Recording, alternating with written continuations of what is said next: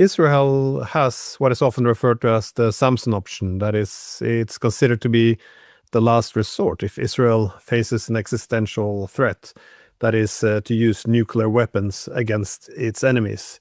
So this is dangerous because the US and Israel seems to be exhausting their arsenals, including their interceptors, and the situation is not just deteriorating, but it's escalating very quickly. And I saw that the Israeli newspaper, Haaretz, they reported that one of Trump's top advisors, David Sachs, warned that Israel could be destroyed, and under these conditions, Israel could use nuclear weapons against Iran. So I was wondering how you assess this, I guess, spiral of escalation and the possibility of this actually going, falling into a nuclear war.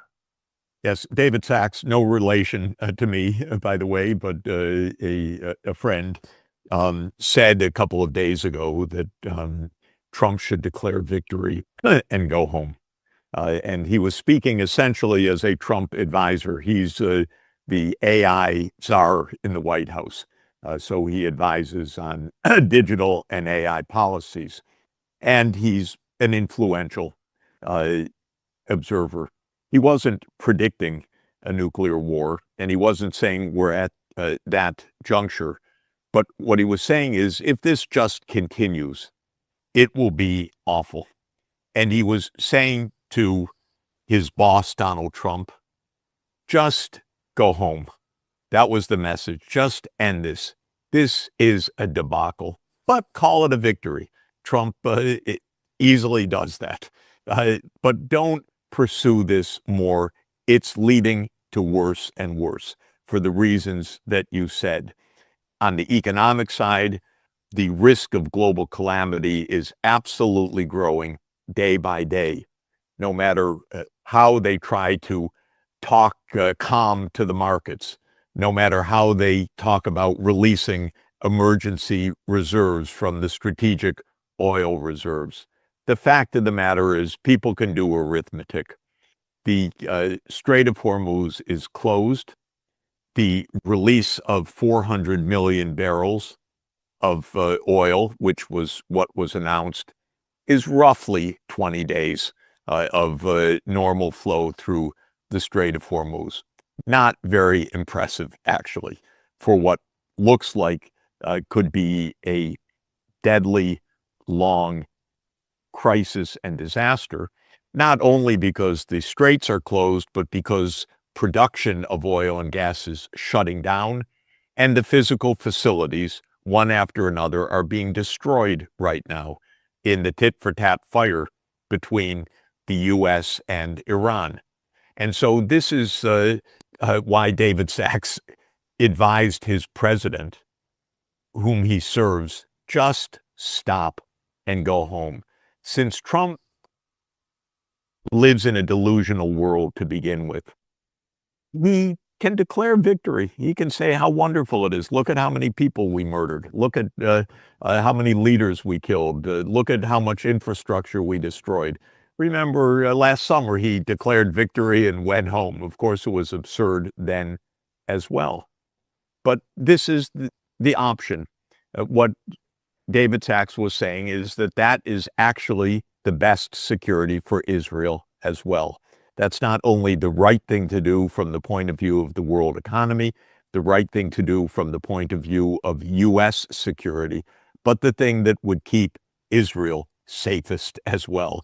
In other words, this war is to nobody's advantage. It's a pure lose, lose, lose all around. Lose for Israel, lose for the United States, and lose for the rest of the world. And especially, of course, Iran and the Gulf countries. Yeah, no, I've spoken a bit with David Sachs on email. I've been trying to get him on the program. He seems like a good guy, so Yeah. But but I was thinking as well that if the U.S. actually escalates one step further and go after Karg Island, and Iran retaliates against the energy installations across the Gulf states, it doesn't really matter anymore if the Strait of Hormuz is open, if everything is in flames and destroyed. And of course, it's going to take much more than 20 days. And I also thought the same. by opening the strategic reserves. It doesn't communicate a lot of confidence either when one is willing to deplete it to such an extent. But you, with your colleague, you wrote, that is you and Sybil Ferris, you wrote about the 5 steps which Trump could take to put an end to this war. Essentially, off-ramp, which David Sachs advocated for. So if Trump reads it or calls you or listen to this podcast, what are these 5 steps you would advise? Well, one is he's not going to call. Maybe David Sachs will read it. If I could interject very quickly, yes.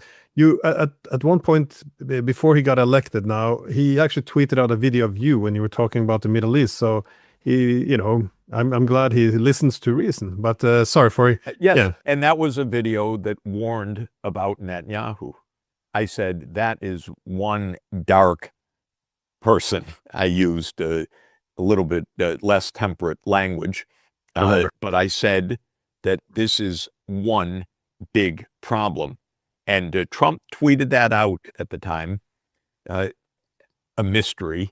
But what I said turned out to be absolutely right, which is that not only is Netanyahu Mr. Genocide, but now he is putting the whole Middle East in flames.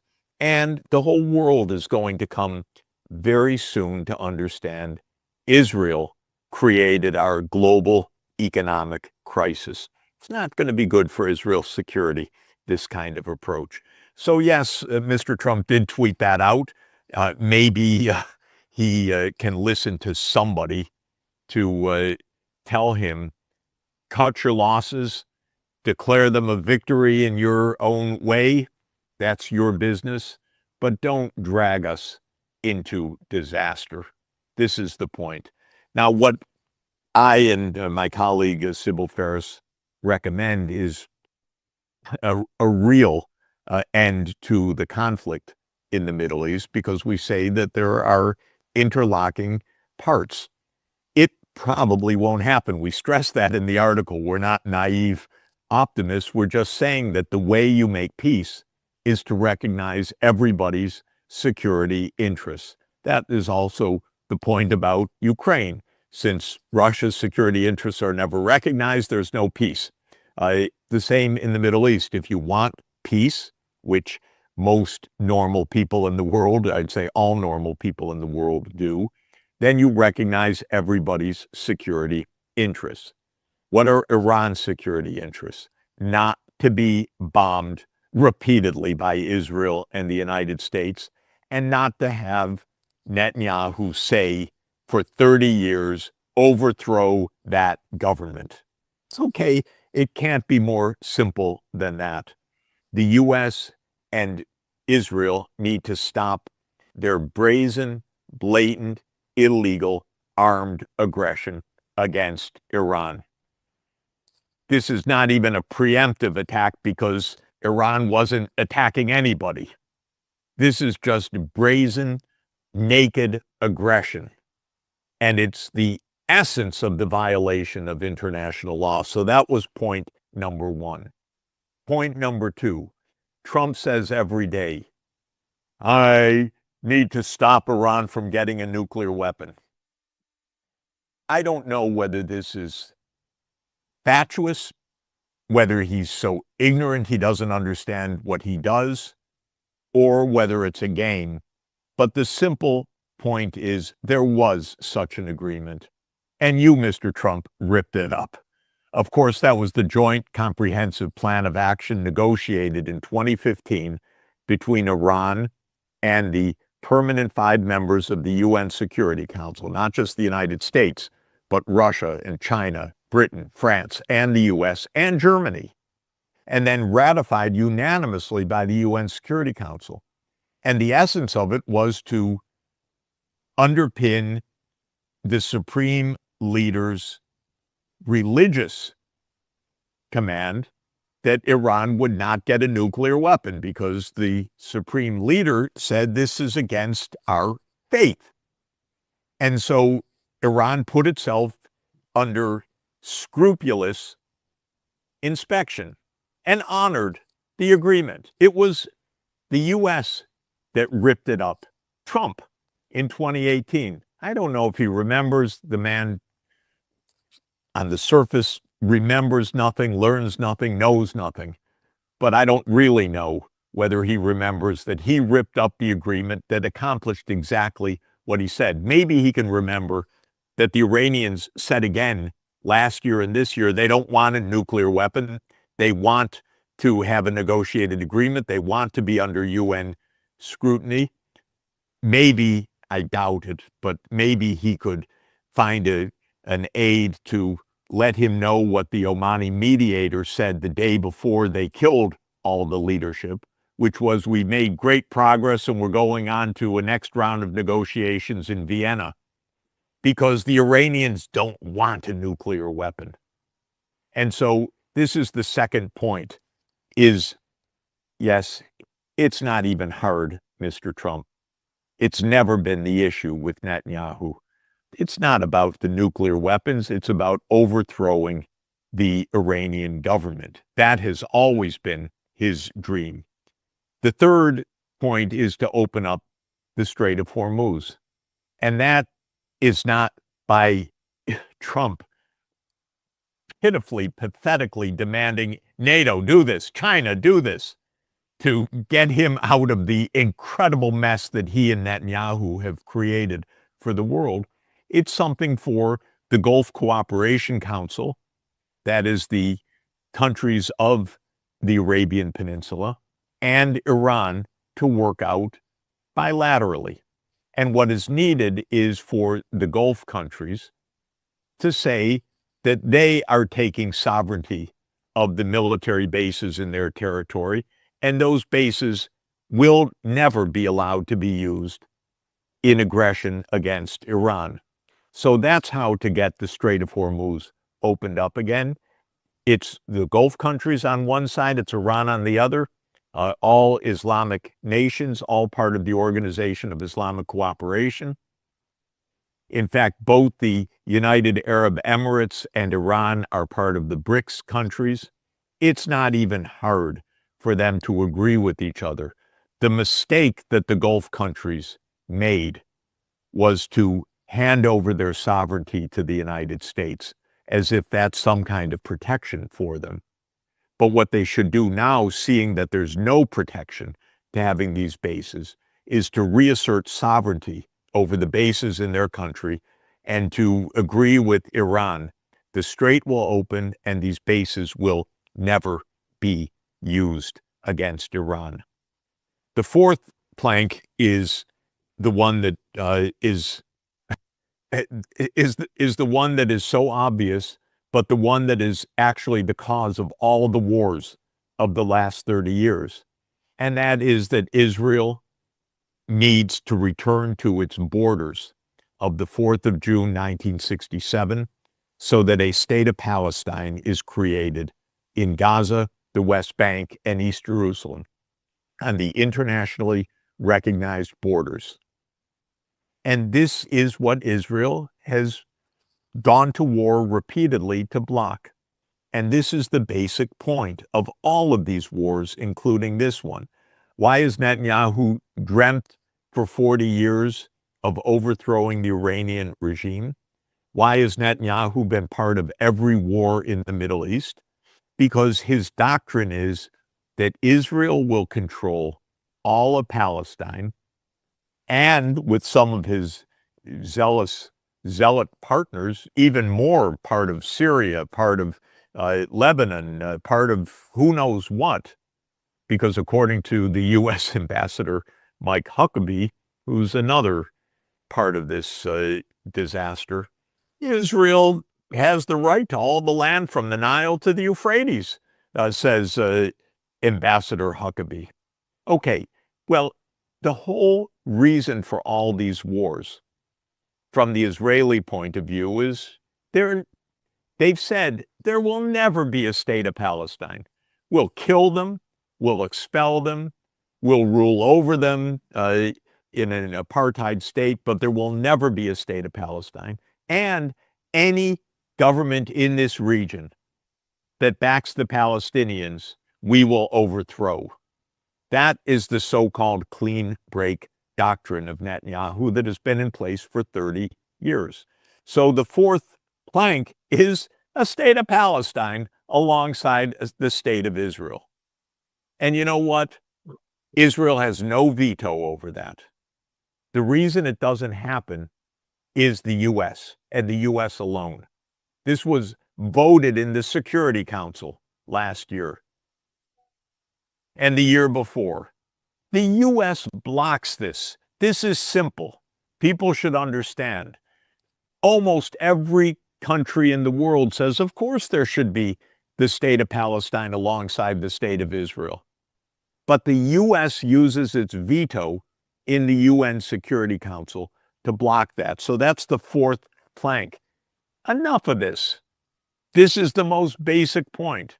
And Israel got insanely greedy or insanely zealous, depending on who exactly we're talking about, to say we get 100% of the land.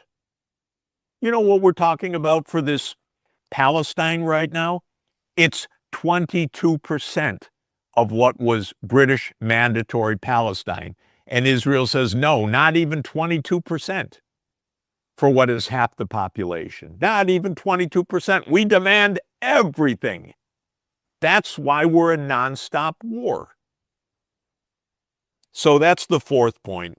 And the fifth point is that with a state of Palestine established and welcomed into the United Nations as the 194th member state, Hamas, Hezbollah, and any other militant groups will be disarmed. They will disarm. And they will disarm because all of the region will insist that they disarm, and so will the UN Security Council. And they will disarm because the state of Palestine will be created. And this is how to make peace. So what blocks this? What blocks this is a coalition of Israeli supremacism, of Israeli apartheid, of Israeli violence that goes back to Netanyahu and his party, the Likud, which in its founding charter in 1977 says that all the territory from the Jordan River to the Mediterranean Sea will be Israeli sovereignty. That's why all of these wars across the region have raged, because that basic fact is against every standard of international law and decency, and countries have supported the Palestinian cause, and therefore Netanyahu and the United States have gone to war to overthrow those governments that have supported the Palestinian cause. Wait, I like this 5-step, but also like your focus on indivisible security, though, because I think this goes at the heart of what is required as well, because states, they compete for security, and weapons for one state is often security for one is insecurity for another. So you have two ways of producing security. Either you have indivisible security, where we elevate our common security. In other words, I don't point a gun at you to have more security for me. This is one, indivisible security. Alternatively, one can pursue hegemonic peace. In this, you don't care about indivisible security. You have one dominate to such an extent no one can even dream of challenging it. I think this is this source of the Iran war, but it's also the Ukraine war. If we just accept that the hegemonic era is over, just as a matter of fact, the distribution of power has shifted, then we would have to essentially restore the principle of indivisible security. Otherwise, if one wants hegemonic peace again, like the 90s, one has to restore it. That means defeat Russia, defeat Iran, defeat China. And, I would read Israel's clean break into this, because, when it merged in 96, this is part of the hegemonic era. That is, abandon diplomacy and compromise, instead go for everything, because you're backed up with overwhelming military force. And that is exactly right. And this is the delusion that such overwhelming force exists. It's immoral, That's another matter, but it turns out to be disastrous to hold such delusions. The United States held those delusions in Ukraine because we should remember the Ukraine war started with the United States attempt to assert its hegemony over Ukraine. Zbigniew Brzezinski spelled it out. It was the doctrine of the neocons. We're going to expand NATO anywhere we want, up to Russia's borders, surrounding Russia, in Georgia, in the South Caucasus, in Ukraine, around the Black Sea. That's our business. We are the superpower. Well, Russia had different thoughts about that. But that's where that war came from, because no one cared to listen to Russia's security concerns at all. And that's still true today. It's a blank wall to talk to any European leader that Russia has legitimate security concerns, okay? And now in the Middle East, it's exactly what you say. Netanyahu thought, well, I got the easy plan. I don't have to compromise on anything. We win because we have the United States. And there are famous clips of Netanyahu explaining to, I don't even know who he's talking to, we own the Senate, we own the Congress, we can get the United States to do what we want. The truth is, our crazy CIA and military as well have delusions. So they see Israel's hegemony in the Middle East is just fine because it's part of America's global hegemony. What's happening right now in part is Trump thinks I'm going to corner every export of oil, Venezuela. I'm going to demand that Mexico behave itself. I'm going to take over the Americas, as he's explained. I'm going to take over the Middle East. I'm going to choke off Russian oil through sanctions. I'm going to decide who gets energy in this world. Well, this is a madman thought. It leads to global disaster, but it's exactly that hegemonic idea. I don't have to deal with anybody. We don't have to discuss with Iran. We just have to kill them. That's all. And that's what they think they're doing right now. And it not only is it murder, but it doesn't work to achieve your own security. Israel is at far graver risk than it's ever been because of this. And so is the United States at graver risk because our risk is nuclear war. And we keep pushing the world closer to nuclear war through these actions of not respecting, even in discussion, the security interests of the other side. It's the same in Taiwan. We say, we're going to send arms as we like to Taiwan. China says, excuse me, Taiwan is part of China. Do not send arms on your own. That, for us, is a red line. The United States, filled with the idiocy that it is, the recklessness that it is, says, we don't have to listen to them. It's our business. We are the United States of America. And by the way, it's Trump, but it's also the CIA. It's also the Congressional Armed Services Committees. It's also the arms contractors. It's also Silicon Valley. They all have this delusion of we don't have to take into account anyone else's concerns. And that's what's leading us to disaster. Just as a last question, how do you make sense of the way that Iran was underestimated? Because, you worked with a lot of state leaders around the world to see how they work, their strategic thinking, their considerations. How could it be that, we have the reports suggesting that Trump dismissed the likelihood of Iran closing the Strait of Hormuz, which should have been the most predictable thing. The attacks on the U.S. bases seems to be underestimated the weapons that Iran has at its disposal, or the belief that killing Khamenei would collapse the government and make people, pour into the streets with American flags, and essentially also now the assumption that the threats will make Iran capitulate, even though they see this in an existential fight. It's, I'm just wondering how they got this wrong. Is it just hubris, or is this a disconnect with the intelligence community? I just it's very, this I haven't seen this in previous wars. There always been mistakes, but this seems to be something very, very different. Well, remember the Iraq War, for example, how every single thing was wrong. Uh, every prediction about the cakewalk that we were going to have and how democracy was going to come and so on. And there was an interesting interview in 2004. I think it was a Time magazine reporter, if I remember correctly, and a White House official, maybe Karl Rove, I'm not absolutely sure. But he was asked about, about the reality of the situation. And the response from the White House is, excuse me, we create our own reality. And this is part of the issue, which is when you are so powerful and arrogant, you just think we'll make it work. Trump didn't know what he was going to do after the first hour, but he said, we'll make it work. It's complete improvisation. Of course, the real lessons are that these are disasters. It's said that it took 20 years for the United States to go from the Taliban regime in Afghanistan to the Taliban regime in Afghanistan. So that was a 20-year effort.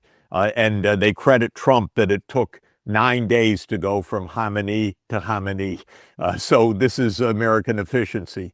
In other words, we're not accomplishing anything. We're going around in circles, killing a lot of people, spending a lot of money. Maybe that's part of the point because they want to spend a lot of money. That is profits for somebody and losses for all the rest of us. But I think the main point is we don't even have a process in the security state right now. The United States planning on anything has collapsed. We're just in improv mode. We have a psychologically unstable president. We have a constitutional process that is over because Congress does not use its constitutional, it rejects using its constitutional authority and responsibility. And I can tell you in every area that I know of, there's no thinking going on. There are no reports, there are no studies, there's no careful scrutiny, there's no review. It's improvisation. It's flailing around. So frankly, none of this surprises me. We don't even have minimal processes of thought. We have a president who just makes up things as they go along, and you end up with everything fake. And then desperation. Oh, NATO has to come to our aid. Even China, which was the target of much of this, has to come to our aid. Where are our friends? Says Donald Trump. My God, a 5-year-old would show more self-awareness and responsibility, frankly. Yeah, and I'm thinking with all the religious advisor who comes to his office, he should have known that pride comes before the fall, or that God opposes arrogance. But he has different religious advisors, it seems. So, anyways, it's late over there in Kuala Lumpur. So, thank you very much for taking the time. I always very much appreciate it.